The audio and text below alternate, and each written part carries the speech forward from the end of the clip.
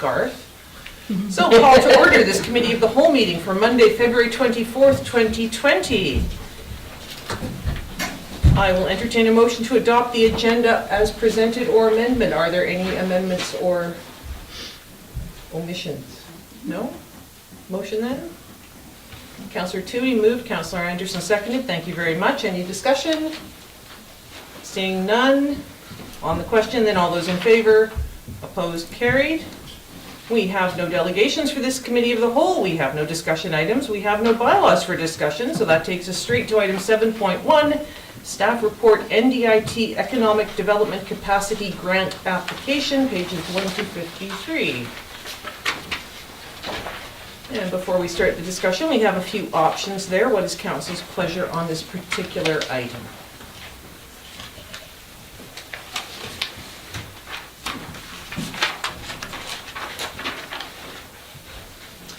I'd like to move option 1, that we consider contracting an economic development and tourism position at $25,000 and use the remaining $25,000 for implementation of selected priority and short-term objectives from the draft strategy. Do I have a seconder? Councillor Toohey, thank you very much. And discussion. Comments? Councillor Toohey. Thank you, Mayor Roden. I'm just wondering if council is aware that the hub has applied for a grant for a student to work at the Tourist Information Center this year? I heard they were discussing it, but Okay. they haven't had any formal, as far as I know, no formal contact with this office regarding that. As far Okay. as I know.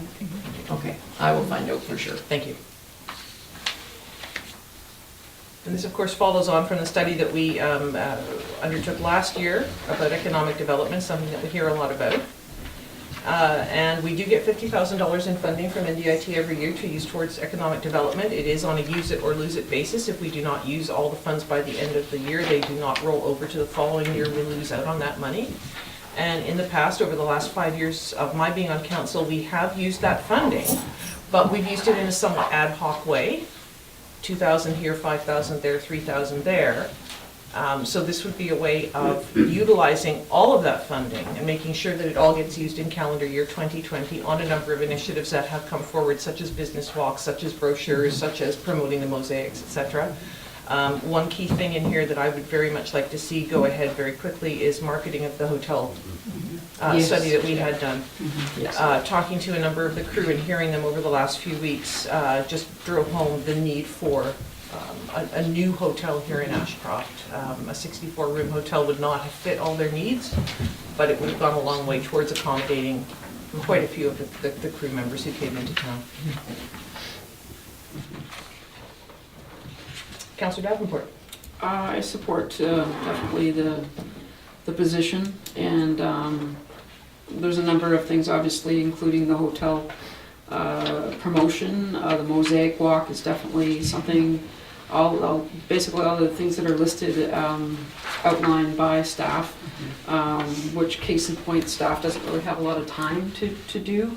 So this position is integral of moving, I believe, Ashcroft into a marketing status, or there's a lot of things that we're missing opportunities, or people are just missing who Ashcroft is. We've been hit hard over 2017, and getting back on that tourism map is really important.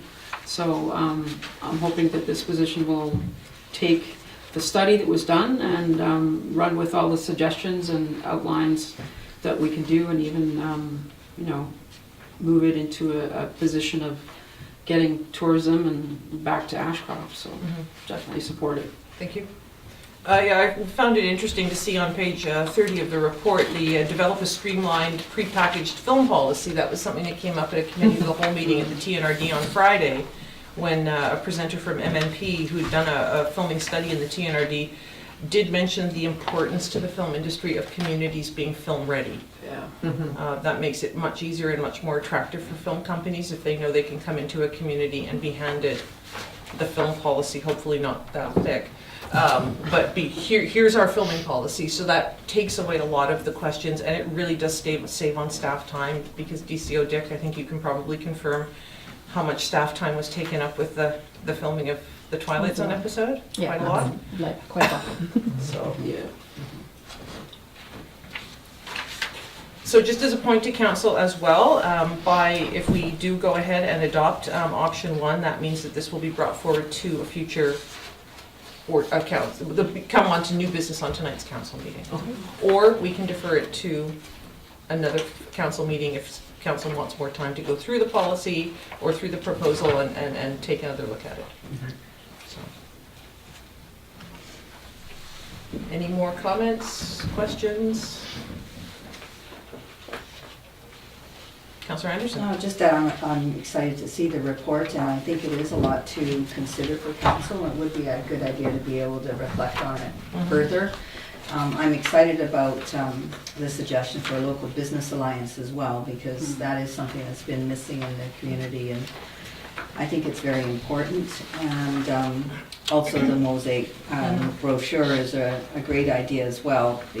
The art community is quite strong in Ashcroft, and I think it's an area that we could really tap into with respect to business development as well. So.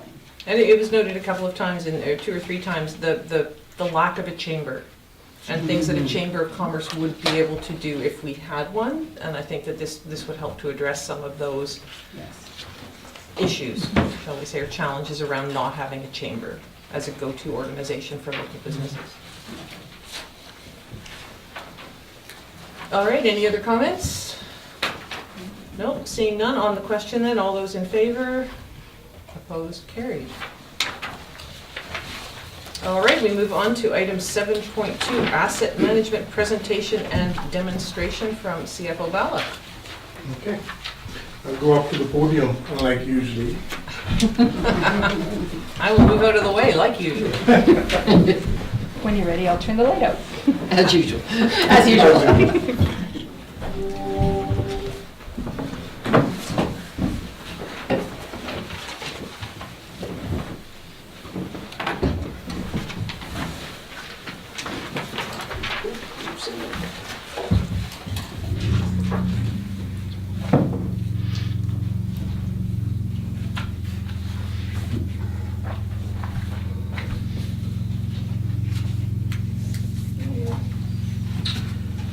Okay, I guess I should make it bigger. This presentation mode, I'll switch back and forth.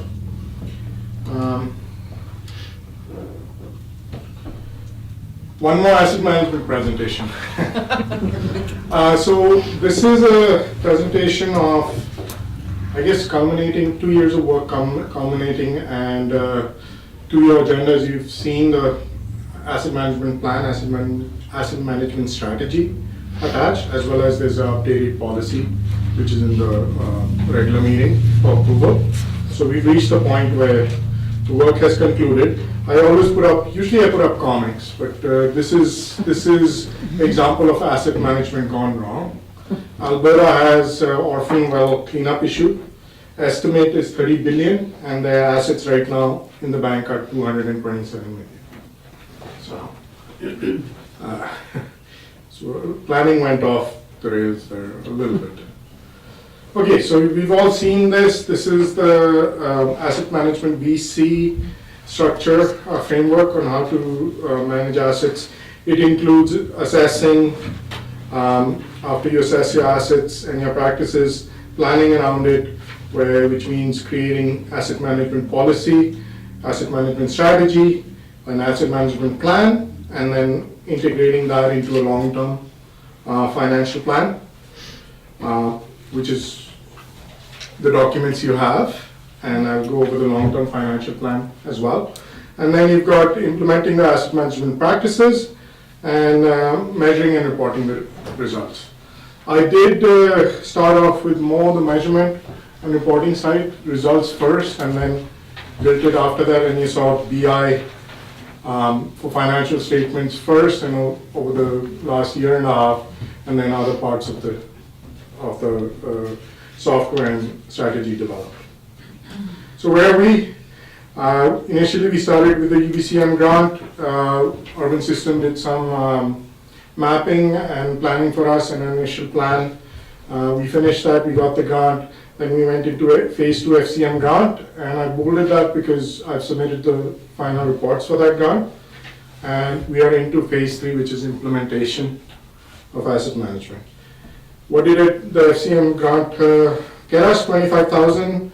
They actually subsidized my time and time around the office, and covered the cost for the curling club assessment. The reports are, they haven't gotten the money yet, but the reports have been sent to them. So, what did they want as deliverables? They wanted a GIS-centric information system, and so I provided all these. I'll go over fairly quickly because I have a lot to cover. There was a data repository view, a GIS mapping on PDF, some QGIS data, but QGIS is the open source software we've used. The data entry forms, they wanted some use of that.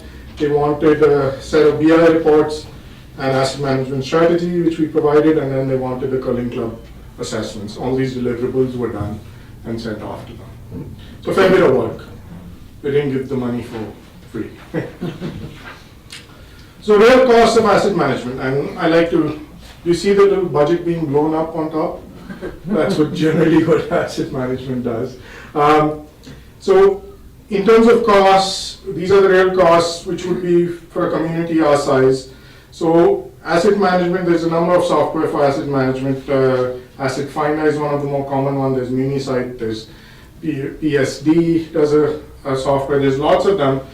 The cheapest one is Asset Finder, and that runs around, they give a number of quotes. Once they found out that I was developing our own thing, the quote apparently fell by 1/3. But they didn't quite want me to proceed. But anywhere from 10 to 25,000 just for that software, and that's an annual fee, and then they have setup costs. There's GIS software, pretty much is controlled by Esri, which has an ArcGIS. This is used by everybody, the end user. I got a hold of end user agreement. It's hard to pin these costs because they won't advertise them, right? But I got hold of the end user license agreement, and that's about 18,000 for a community our size. And it's per license basis, and it goes up from there, up to 150,000. So, and that's annual fees. Then there's web access. One of the common ones some municipalities have been getting is Lightship. It's out of Kamloops. There are others. And that's per user base, 8 to 10, depending how many licenses you get, or more. And then there is PI reporting, the reporting side, which others don't tend to use, but there's Microsoft, there's Tableau, there's a bunch of others, and that's per license cost usually. What we adopted was the desktop version, which is free. That's what I use to share a lot of stuff.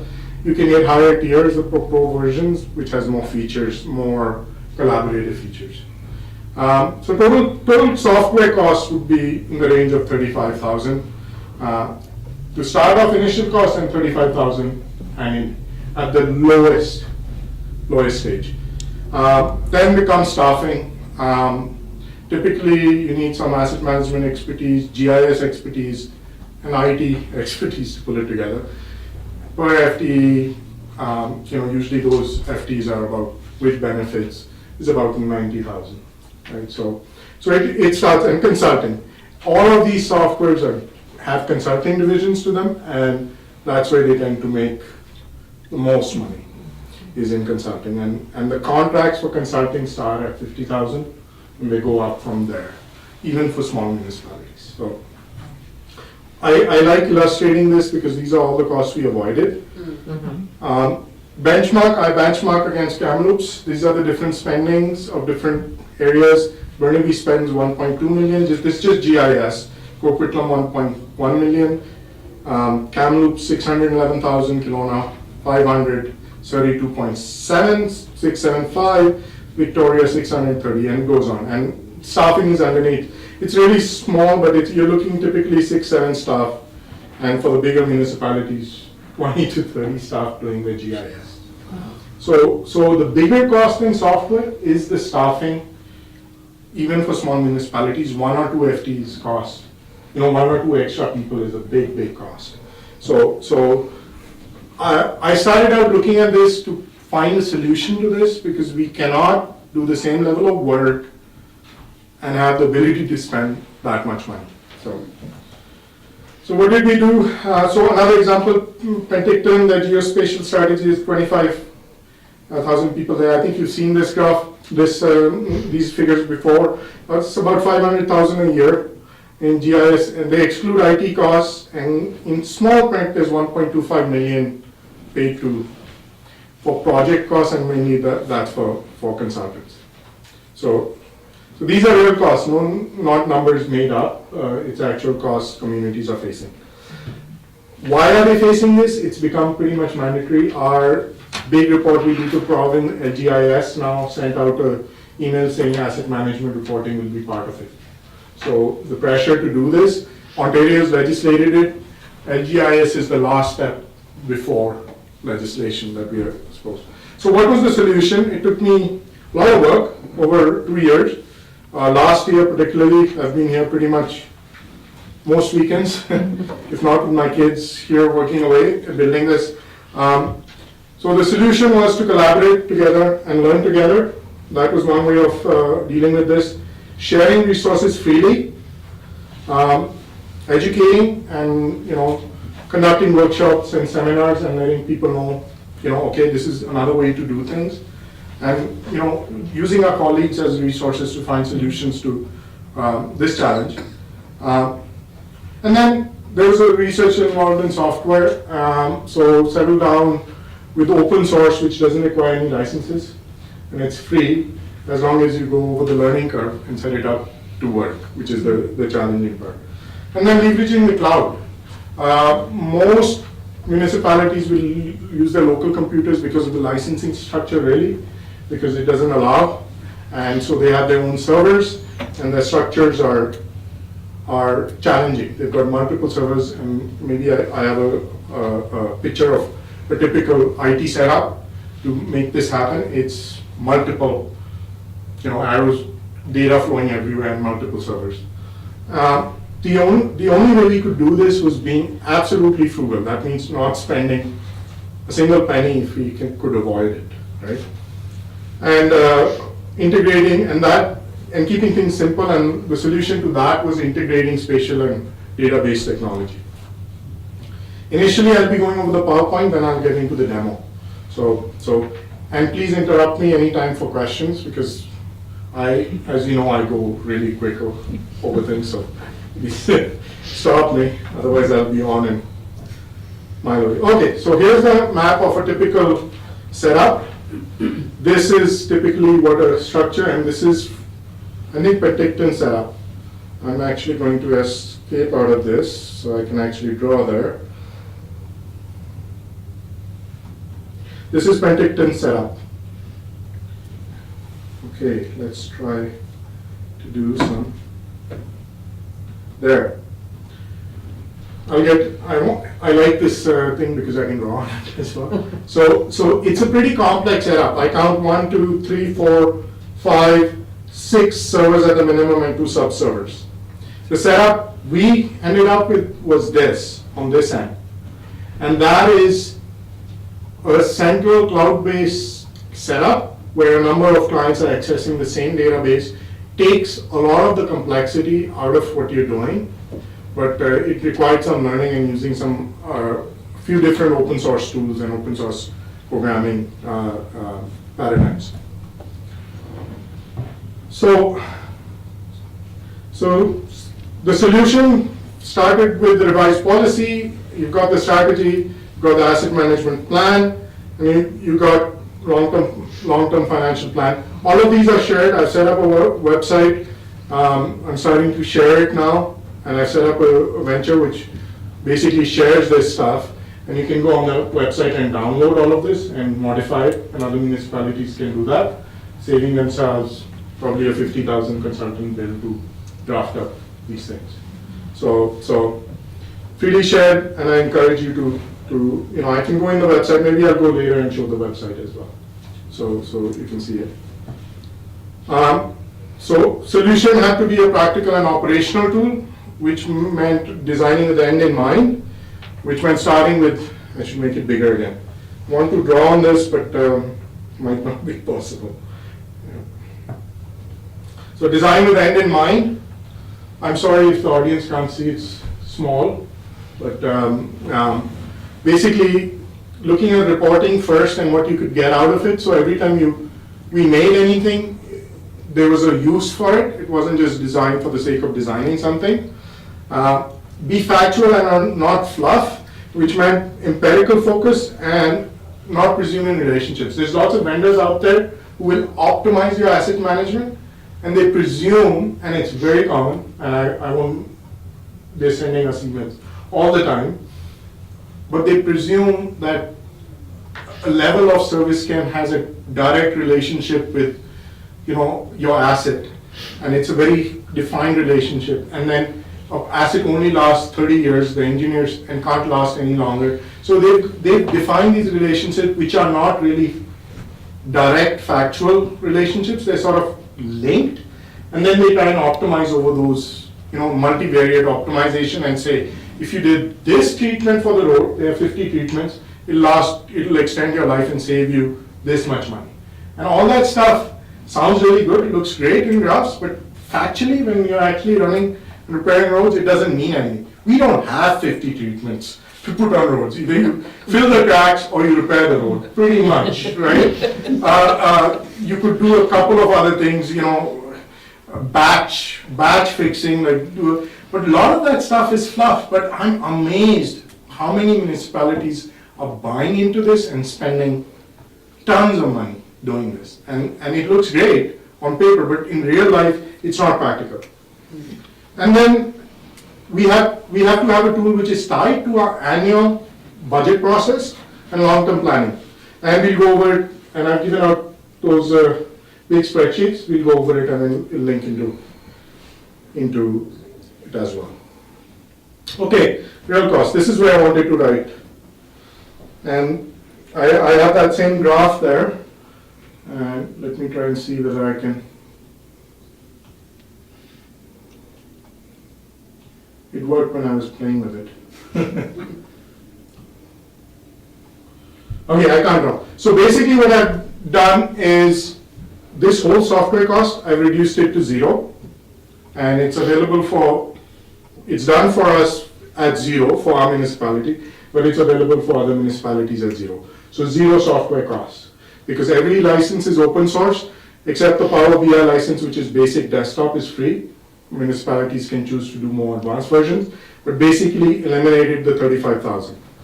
Staffing, that's the second part of it. How I dealt with it is said, okay, this basic level of service is free.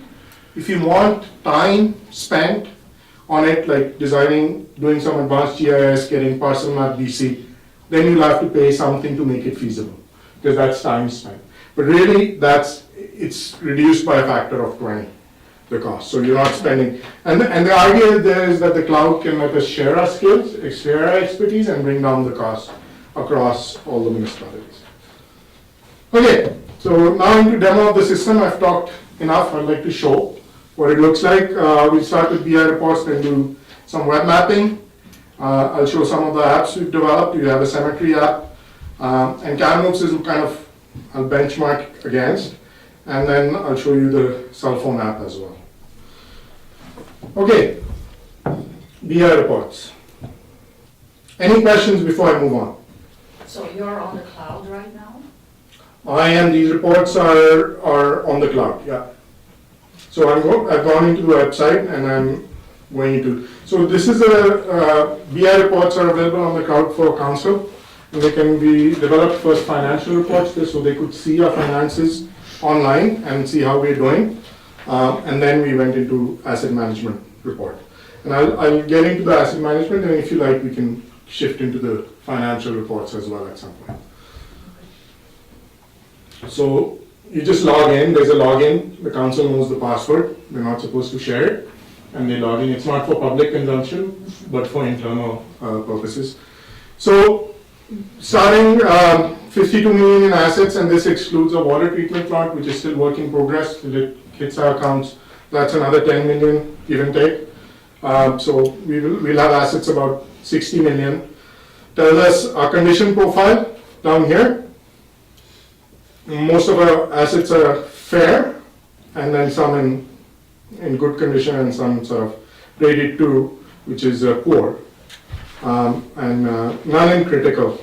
So here's a failure. So this is kind of like a dashboard which summarizes a lot of things. Failure versus confidence. So this is a risk map which lets us drill down and look at what the risk is. For example, I'll go back a little bit. I can drill in, I'll make this bigger. So let's look at that. We can drill into, so these are interactive reports. You can actually drill into it and look at, say, what are buildings made of? And it'll break it into arena buildings, fire stations, it'll split it into whatever it's made of. So these are very interactive reports and useful to actually finding out, answering questions. So I'll go back and I'll switch back to the report, main report. And similarly with this dashboard. If I click on this, which is the highest risk, right up on top there was the highest risk failure. It tells you basically what it's made, how much is it, and what part of that risk is. So let's see what the risk is. This one here at the bottom, it says install date by year, and it's really small, so I better make it bigger. I should actually look at that screen more so than mine, because it's hard to see. So most of our assets were bought in the 1960s and up to the 80s. So it tells you how old our assets are and how much the need is to actually start planning the replacements. They're not going to last forever. And this is a common truth that most municipalities have assets which were built in that period. So now we're dealing with asset management, but a lot of years have gone by and our reserves haven't been built to the extent they need to be.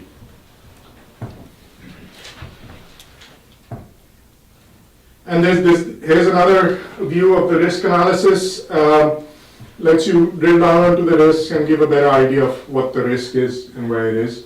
And this is important to figure out which assets are actually highest risk. So you want to replace the assets which have the highest risk, meaning which have the highest consequence and the highest probability of failure. If you have money to invest, that's the first thing which needs to be dealt with, right? And then you prioritize, it helps you prioritize what you're working on. This one is more financial view, which looks at the replacement cost, the current replacement cost, which is real dollars to replace it here, and how much has depreciated compared to the actual replacement cost. So as you notice, which tells you by the age, most of our assets are well depreciated.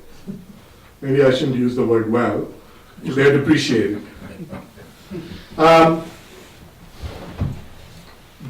The next set of things actually show the backlog, which is basically assets which are past their life.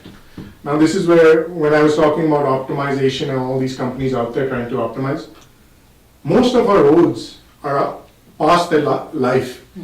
Do we say they're dead? We have to get new roads for everything? No, we still use them. So this idea of,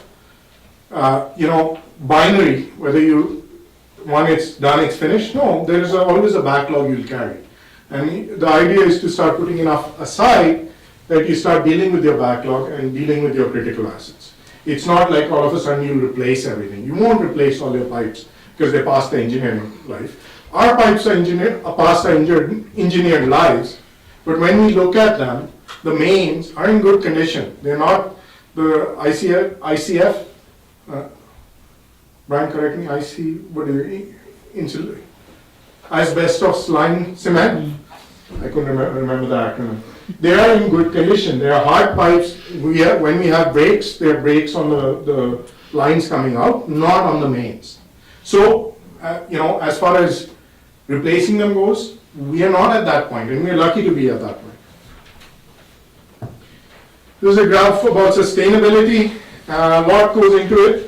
But basically, it tells you what we should be saving. Green is good, red is bad. And where we are in each structures is right on top. Let's make this bigger.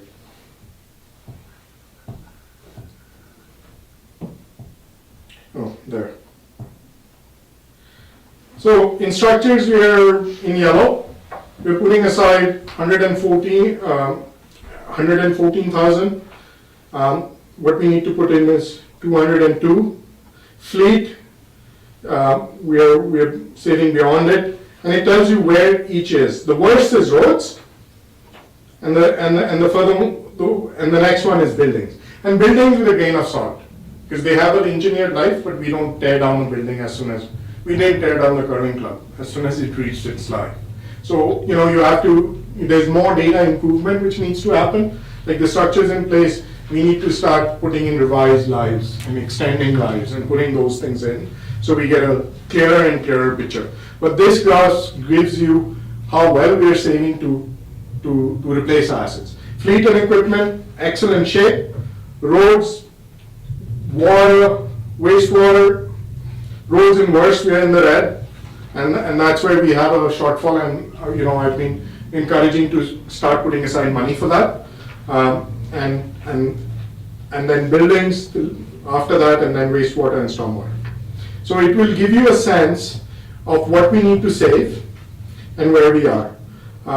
And we are doing it in two ways. We are doing explicit funds, where we actually set up reserve funds, and then there's one general capital reserve fund which sets some aside. So, and I have ratios here, I call it a sustainability ratio, and it goes from 1.28 for equipment, so we are saving more than necessary for equipment. Fleet at 1.09, so just right for fleet, and then it keeps going down. So this sustainability ratio tells you how we're doing. We need to save a total of 1 million a year. We are putting aside 580,000. Numbers look, you can't see it, I'm sorry to the audience, but I wish I could make it bigger, but that's what the numbers are. So we do put aside 17.85% of our taxes to a reserve fund every year. So we're not as, you know, we're doing quite well considering where a lot of municipalities are, but this gives you a clear picture where we need to be. Right, so, how am I doing for time? Oh, good? You're good. Half hour. The next stuff is financials. It tells you what your amortization is without having to do spreadsheets. So it calculates your amortization, acquisition, dispositions, and life cycle costs. So a lot of accounting stuff, most people won't be interested, but for us accountants, this is good stuff. Physical condition looks at the physical condition. So there's a there's physical condition, there's functional conditions, and there's condition. Not to, you know, so it looks at different parts of what an asset is, and this is a physical condition. I won't get into depth into that, but it gives you where things are. There's a little red critical condition there, and I'll click on it, and let me drill down and to answer your questions. So this is what you can do. You can drill down, and it tells you hot tub is in critical condition. We knew that. We did that, yeah. Wet hot tub. It doesn't work. So the rest are some is no information. I won't get into details of each. We could spend time on each aspect of this, but and there's functional condition, and I haven't populated this very much, as you can see. The only one place where functional condition isn't adequate is our reservoirs, and that little bit is our reservoir down there. Let me hover over it. Structures, it's in structures, yeah, that's reservoirs. So this one has to be populated, but I haven't been tracking. So basically it's tracking functional condition for each and every asset. We haven't really, so the ones which I see there's a functional condition, like reservoirs are inadequate, we've tracked that. And I'll only track the ones which is worth, rather than inputting and guesstimating for each, right? There's one called green infrastructure, and it's in green. No.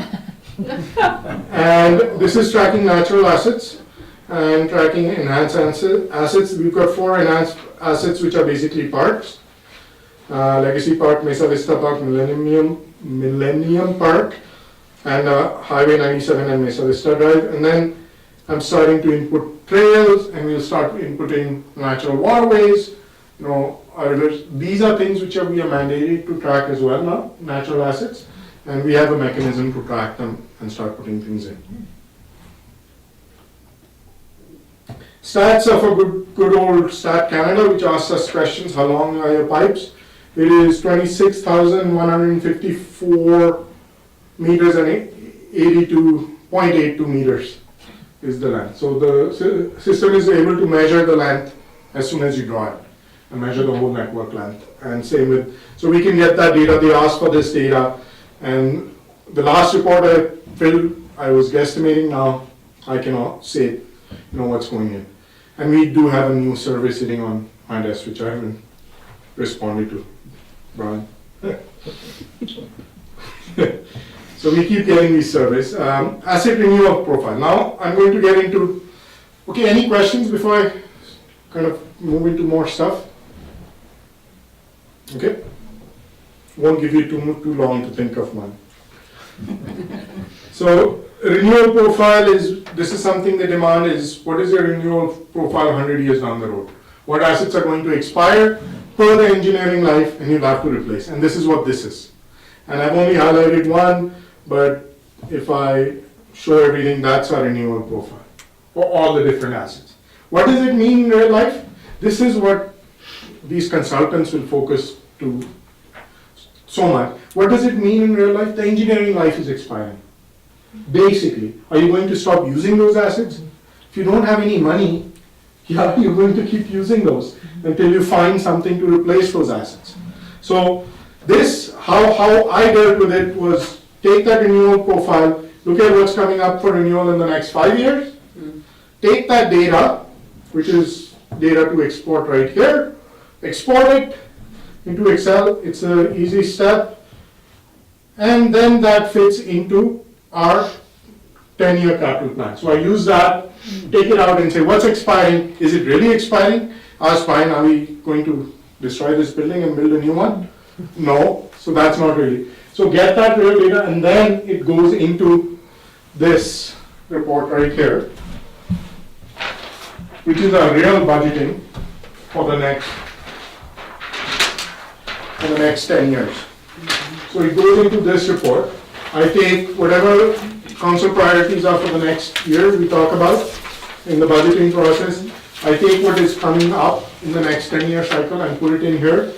At the bottom is what are we using the funds, what funds are being used, so beside it. So this lets me say, okay, I'm going to get 73% grant on this, I estimate. So what is the net cost, what years it's going to hit our books on, and then how am I going to finance it? So finance column says from capital reserves, from water reserves, from machine reserves, and we aren't financing anything from debt. If we were, we would say debt. At the bottom are our reserve balances to start with in 2019. Cam, I separated those, I put them together, so it's easier to read. Yep, awesome. So last meeting, Cam had the question, what was that 2020 balance? I said it's 2019 plus what we are saving in 2020. So I separated it so you see what the balances are to start and then what's happening in each. And this gets pulled into this database, and we can see what the cash flows are for each fund. So capital reserve, we're using, so all the ones being used from capital reserve will decline a little bit and then it'll start increasing the total. Whoops, what did I do? Oh yes, it's also touch sensitive. Okay, back to the report. So what it lets me do is look at the total balances and what the individual cash inflow or outflow is. And funny enough, the way us accounting treats reserve, negative is good, positive is bad. So this fits into our accounting system and you can pull the numbers and then get a real idea of what's happening to your reserves. Curling club reserves, since I know there are some curling club people here. Up here you will see the curling club, one of the items is curling club using the funds. So we have about 60,000, we use the 60,000 and it goes to zero. Right, so we can see, same with that, Where is our debt? That's where our debt is. We have intention to pay down the debt, so the debt is going to, our idea is to pay it all off, so it's going to go to zero. So that's estimating that. Fire reserves, gas tax reserves. And if I take everything out, everything together, where would our reserves be? So this is a real look at what we're going to do. So all that theoretical stuff, what is expiring in engineering life, what the condition is, what is the risk profile, what the functional condition is, all that boils down to actually having a 10-year real plan on what we're going to do. So all that theoretical stuff, it took me a while to figure this out and think about how to do this, boils down to a real figures on what we are actually doing. Okay? And then that report, which was about how much we are setting aside, those are the two critical reports, right? It tells us, are we setting aside enough for the long term? And two, what are we doing in the next 10 years? Some people extend it out to 20 years. After 10 years, you're just making things up. Right? They ask for 20-year plans. The province and the federal government do. Waste of time. Anyway, that's my opinion. Don't take it as. They also want us to tell us how we are doing on asset management. And this fancy looking graph is to make them happy. Why do we want to make province and federal government happy? They give us money, right? So this makes them happy. It just looks fancy. It's where we are in the various things they want to ask us. Teamwork, we've got great teamwork. That, we're good. We could be better. Historical costs, we have them recorded. Install data, there's a whole lot range of criteria they're asking us, which are we able to do it or not. So these are the BI reports. You all have access, and please feel free to go in and look at it and ask me questions anytime. Because some of them, as you drill down into the data cubes, you might get a little bit lost, but I've tried to keep them as simple as possible. Not simple isn't the right word, as explanatory, I can't pronounce the word either, as possible, so you truly see where we are. Right? And that's the purpose of this, to be able to convey to anybody how we're doing overall. So that's asset management reports. We have a whole set of financial reports too, which we share with council. I won't get into that. I'll get into mapping, and maybe at the end, if there's time, I'll get into that. Okay. Let's get rid of this. So, under services, Village of Ashcroft, if I go down, I have set up something called Geographic Information System, GIS. You click on that, you have the GIS map. There's a disclaimer which says we share everything freely, but don't rely on it pretty much. And there's a, don't hold us liable, basically, as all disclaimers say. But this is the GIS map. And my philosophy and what I've implemented is we share our stuff, and it's freely available for anybody to look at and use. And that's the whole philosophy behind open source and being collaborative. So this is our map. On the side, you can either look at OpenStreetMaps, which is one view without the details, or you can look at Google images, or in this case it's Esri, and you can focus in. This is Ashcroft. Here's the office, and that's me speaking there. No. So you can look at these views. On top of it, it's nicer with OpenStreetView, which is the default view. We can look at our different assets: wastewater, potable water, stormwater, parcel map, zoning, and sanitary. Wastewater shows you all the wastewater assets. You can click on it, and it'll tell you what it is. That's a manhole, and it's in wastewater, and that's the number of the manhole. And it'll tell you what you're looking at. For example, here is a sewage lift station number 3, and it's in waste. So everything is interactive information. You click on it, and it gives you the information. Same thing with potable water. These are just our mains, and gives you all the potable water information. Tells you where that zone 1 reservoir, its key such and such, we can identify it and we can look at it. Similarly, stormwater, I'm going through this really quickly, but you know, you can spend time looking at things. But all the information we have about the assets is on there, right? There's some information which is not relevant for public, which won't be there. This is a zoning map. With zoning, you click on it, tells you P1, right? These are zoning maps which is in our OCP translated into an online website. I want to focus on the parcel map. These are all our parcels in the village. I can zoom out or zoom in. If you click on a particular parcel, it tells you what that parcel is. Sorry for the size again. It tells you folio, PID, PIN, plan ID, plan number, legal details, address, what area it is, what parameter it has, what zoning it is, and The garbage bin number. the garbage bin number. I miss which bins. Tells you what bin type it is too. It's a 240-liter receptacle sitting on there. You can click on the property assessment here, and it takes you to the property assessment site, and you can search the property assessment and get the assessments.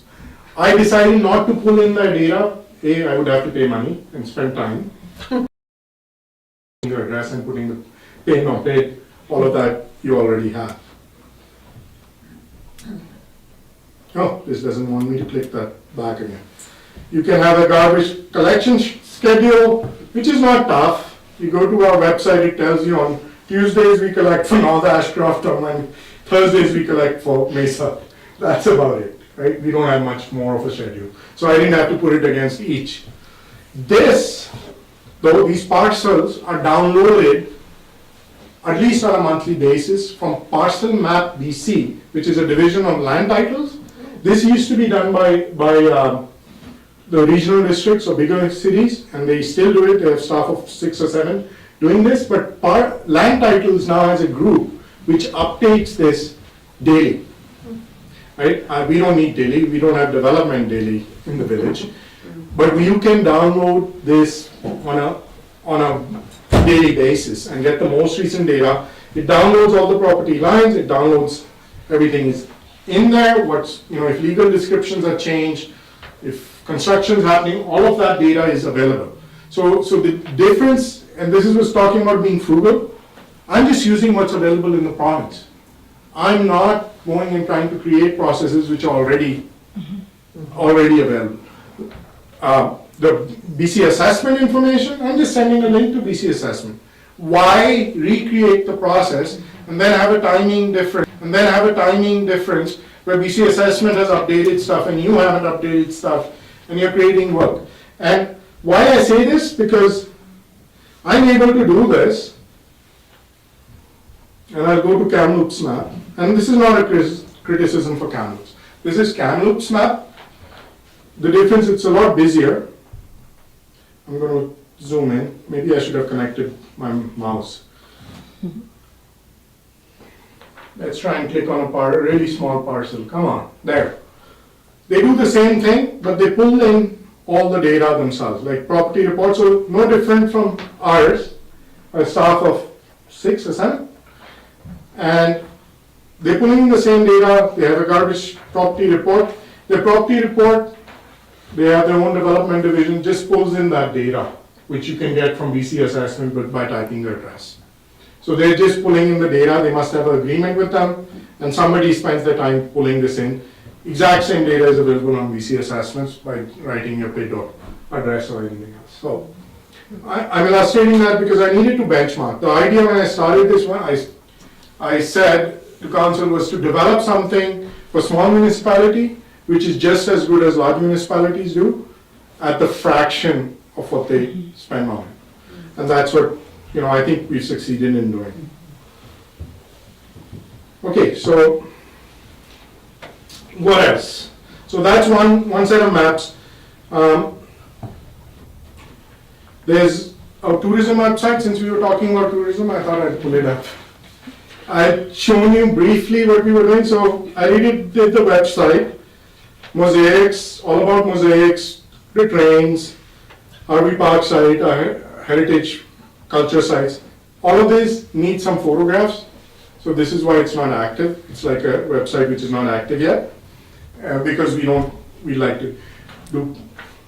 Remember we had done this mosaic walk thing, which was a desire of council. So this is about mosaic walks. And here are mosaic walk. I had shown this earlier. Oh, I finally got the, oh no. Try again, there. So these were the different mosaics. If you click on it, I've set up an image repository, which just needs to be populated with images. Somebody with camera I intended to go, but if you get that economic development position, the person can go out and take pictures. They'll be probably better than my pictures, but. So here's a mosaic. This is a description and a mosaic picture pops up. Let's look at, so this is to try and display our mosaics, right? The pamphlet, this is a digital pamphlet, in essence, right? And all the images pop up, and you can look at the mosaic. You want to look at a larger image, you click on the image, and the full-size image pops up. This is running online, so it's fast, and people are able to look at it and appreciate things. There's a write-up. So all of the things you want. There's no videos. I purposefully chose not to have videos because the bandwidth requirement is large, and it slows down things, and it costs a lot of money to upload videos, unless you do it on YouTube. So there was some, there's some balancing of things. So images convey a lot. So if you can get all those mosaics properly photographed, we can put them on there.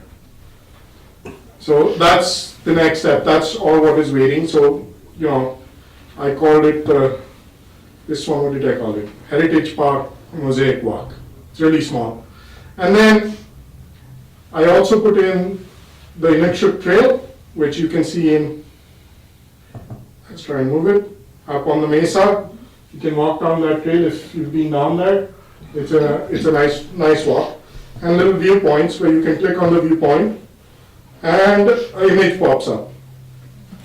Mayor Roden, do you remember that image? Yes, I remember that image. I stole that image from them. That's okay. I had to have something to put in there, right? So again, the same thing, displaying our walks, whatever the council wants to do to promote, we can put on there. We can have write-ups, we can have images. So that's two sides. Okay, I'm getting close to my time. The other thing I did was also set up a cell phone interface for Public Works to record things. I wonder whether I should, let me try pulling it up.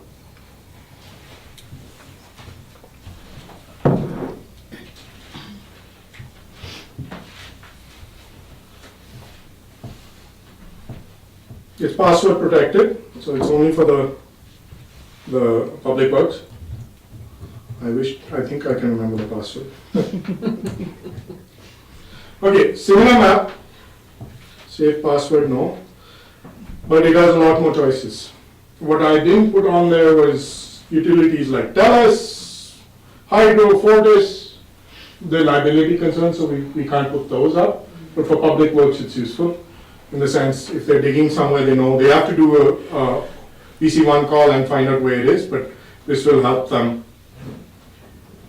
look at, say, whether there are lines in the area. So it gives you all the lines, all the information Fortis has.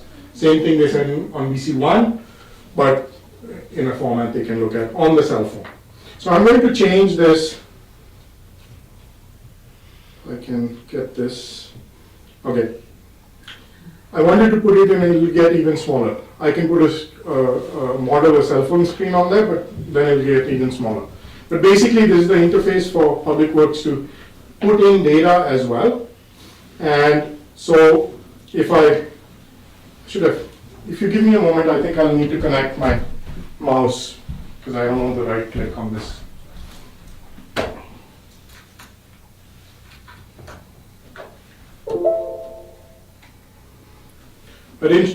I wasn't sure whether I'll get to this point on the presentation. So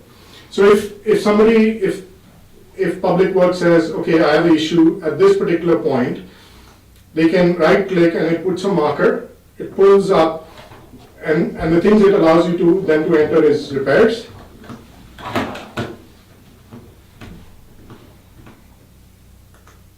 And it gives you, it filters by that particular where your marker is, what is the closest assets. So, I thought through how it could be simple.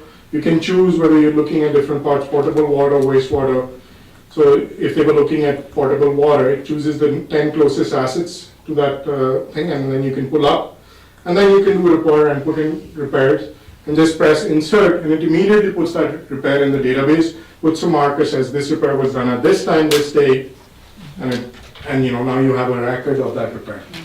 You can attach images to that, but since we didn't, and same with inspections, we can do a bunch of inspections. The idea is, and I've seen municipalities spend $1 million on a piece of software to do exactly this. This works on a cell phone, and without any additional software, they don't have to download anything. It's a HTML5 app, so it works on any model of cell phone.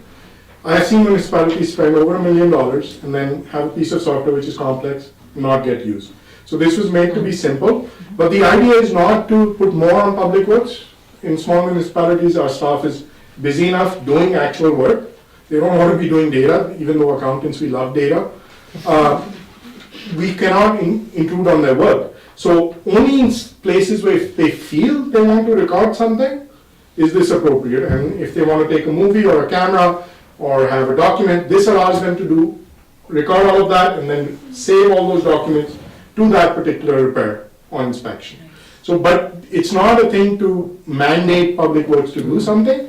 It's to help them actually record data, which is useful in the long term for us. So if you have a pipe which is breaking down 10 times in the last 7 years, we know there's an issue with that pipe and we need to start looking at replacing that water main.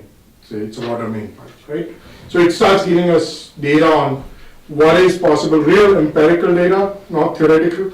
Okay, this is actually at a point where maybe we should consider relining it or whatever else is required. Similarly, there's a thing for inspections. They can do inspections, they can filter, again by whatever inspection they're doing, and go from there. This is where they can attach files. They can choose files from the system and attach them, and they'll keep those files with a particular asset repair or inspection, and then they can insert those. This one in red, map is to go back to map. This is uploading images, and which is in red because I don't want people to upload images unless they're images which we are going to use for tourism, because data on the web, on the cloud is expensive.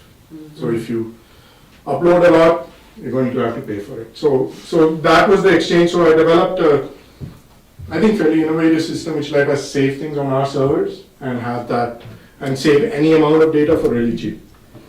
The other thing, going back to the map, and it was also on the public map, is you can search by address, and say I said 1-4.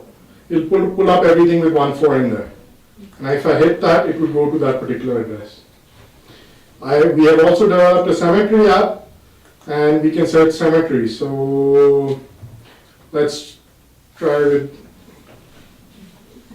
so it pops up all the cemetery information we have so far. We haven't populated everything. Nancy and Chris are diligent in putting things. Nancy's been spending time putting that. We used to have to spend hours looking for, say someone walked in and said, I think someone was buried in the 70s, between 72 and 73. And I think, and then we'd have to search. And it would take a lot of time. So this database is cleaning up things, putting all those paper records. I should actually have brought the map. It's a map, drawn map, where the little boxes and we've erased and put in names. And so this lets it organize it. So say if I was searching for, it would go to the cemetery, and let me actually map the cemetery. Have to. So it's, gotta go up. It's that cemetery right there. You must look really small. Can anybody see it? Yeah. The cemetery is same as searching for addresses and everything. So the search functionality works well. All the data is getting inputted. It's a sort of app built on the system which lets it's actually useful for finding and actually operationally useful. So it's been a success there. Okay, I'm out of time. Any questions? Whoa, no questions, thank you very much, Yogi. I've been watching this evolve over the last 3 years now. It's been just amazing from those very first talks where you were so excited about your plans. And the thing I vividly remember is you saying those years ago, I've started at the end and I'm working backwards. Where do we want to be at the end of this? And then I'm going to work backwards. And to see now how you've done that and what it looks like is just amazing. And thank you so much for a wonderful, wonderful job. Even I can understand it, so excellent. Thank you.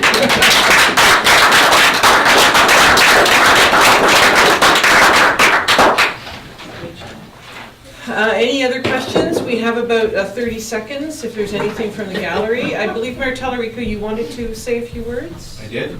You do? All right. Oh, my. Would you like to? Or would you rather wait, would we be able to do this as a delegation during the regular meeting? I can. All right, we'll save it for a delegation. So just quickly, we have about time for one question. Any questions from the gallery? Okay, one question, and if you could state your name and address, please, before you ask your question. Gloria Murphy.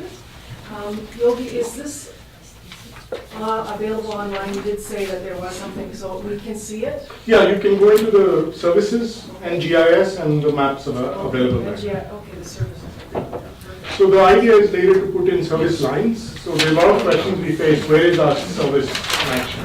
So, we don't have the lines, we just have the mains yet, because that's a lot of data input. And we currently have it on cards and, stuff which is, it's not organized, so, but eventually that'll be in there. So that'll be helpful for people. So there is some stuff that is only for public works and some stuff that's only for the council, but there is some public stuff as well. That's right. All right, thank you very much. Motion to terminate this meeting. Councillor Davenport, moved, seconded by Councillor Davenport. All those in favor? Opposed? Carried. Thank you.